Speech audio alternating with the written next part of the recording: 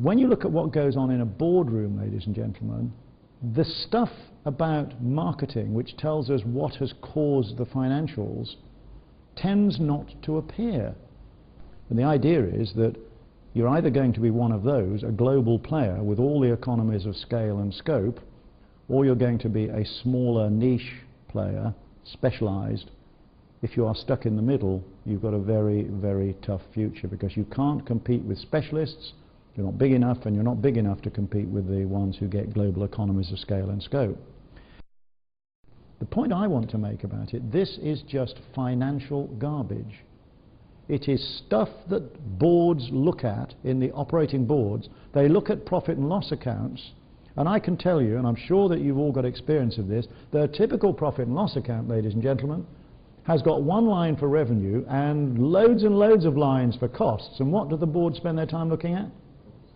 Costs. Don't just take somebody who happens to have seen an advert on the telly and fancies a bit of marketing, and that is the problem. And the whole business about measurability, I mean, the expression I use is turkeys don't vote for Christmas. A lot of marketers don't want to be accountable to the board. It's the accounting community and chief execs who want more accountability. Marketers are quite happy to be wearing the bouffant hairstyles, the suede booties.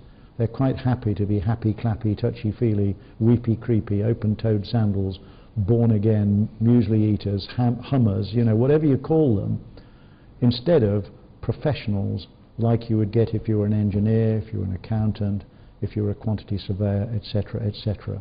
I want qualified marketers, which is why I support organisations like the Oxford College of Marketing.